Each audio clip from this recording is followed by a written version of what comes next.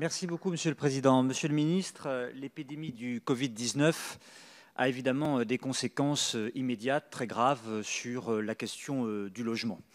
Crise économique et sociale qui est là, qui est devant nous, dont on ne mesure pas toujours l'ampleur. On sait que nous sommes rentrés en récession et nous savons que beaucoup de ménages en France, et singulièrement dans les métropoles, sont en profonde difficulté et vont être en profonde difficulté pour payer leur loyer. Il faut penser à la fois à eux, pour qu'ils puissent se maintenir dans leur lieu, penser aux propriétaires, notamment aux petits propriétaires qui souhaitent avoir leur loyer payé, et je pense notamment à celles et ceux qui utilisent cette propriété pour financer, par exemple, leur retraite. Et donc, je pense qu'il faut travailler sur un fonds de garantie pour le paiement de ces loyers, pour assurer les propriétaires, et notamment les petits propriétaires, et protéger nos locataires, notamment dans les grandes métropoles. On le voit à Paris, cette inquiétude prospère, elle est légitime, il faut y amener une réponse circonstanciée. Alors, comment faire? Quels sont les leviers que vous pouvez utiliser? Il faudra s'appuyer sur les collectivités territoriales, à commencer par les grandes métropoles, la ville de Paris, puisque je suis un des députés de Paris, mais de voir comment l'État pourra évidemment investir avec ces collectivités pour permettre le maintien de ces populations qui risquent de perdre du pouvoir d'achat, risquent de perdre un emploi, et de les maintenir au cœur de nos métropoles, au cœur de notre ville, pour que cette diversité sociale ne soit pas victime de la crise économique et sociale, et que le temps que le pays reparte de l'avant et dans une période de croissance, toutes ces personnes soient protégées, petits propriétaires comme locataires. Je vous remercie. Merci beaucoup, monsieur le député Bournazel. Vous avez, et je vous remercie de le dire, 1000 fois raison de ne pas opposer locataires et propriétaires.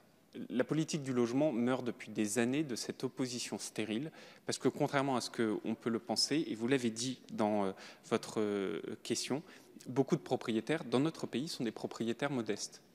Et d'ailleurs, la question m'a été posée au tout début. Faut-il ou pas faire un moratoire sur les loyers individuels de logement pour l'ensemble des Français? Et moi, j'ai tout de suite dit, clairement, ça n'est pas la bonne approche. Parce que ce faisant, vous créez un problème énorme dans toute la sphère du logement, mais y compris pour des propriétaires modestes qui, eux, ont besoin du paiement de ce loyer. Je pense à un retraité modeste qui, par ses économies, a acheté un logement qu'il loue et qui lui fait un complément dont il a besoin pour vivre dignement. Et la solution face à ça, c'est un accompagnement individualisé des personnes fragiles. Parce qu'au même titre qu'il ne faut pas opposer propriétaires et locataires, on se doit d'avoir cet accompagnement individualisé pour toutes les populations fragiles, parce que vivre avec la menace de perdre son logement, c'est atteindre à la dignité de celles et ceux qui souffrent. Et donc moi, mon objectif, autant j'ai été très clair sur le moratoire, autant j'ai été très déterminé pour faire cet accompagnement individualisé, et je crois que c'est le sens de vos propos. Cet accompagnement individualisé, c'est d'abord dans les logements sociaux, on s'est assuré qu'il y ait des cellules d'accompagnement, et derrière, j'ai mis en place 2 lignes de financement très importantes pour que les bailleurs sociaux puissent faire des reports, des moratoires ou autres, lorsque le cas individuel le nécessitait. C'est cette approche humaine qui importe.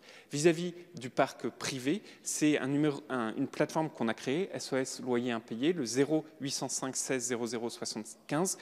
Derrière, il y a des professionnels qui font un boulot fabuleux et que je salue, qui sont les professionnels de l'ANIL, que vous connaissez. Et ces professionnels-là, à chaque fois, ils ont la possibilité de trouver les bonnes solutions au cas par cas, cet accompagnement individuel pour que demain ne soit pas plus dur qu'aujourd'hui. Et je crois que c'est cet accompagnement-là qui est extrêmement nécessaire, et en tout cas, c'est ce sur quoi je me bats tous les jours pour faire en sorte que cette protection que vous appelez de vos voeux, elle soit réelle sur le terrain.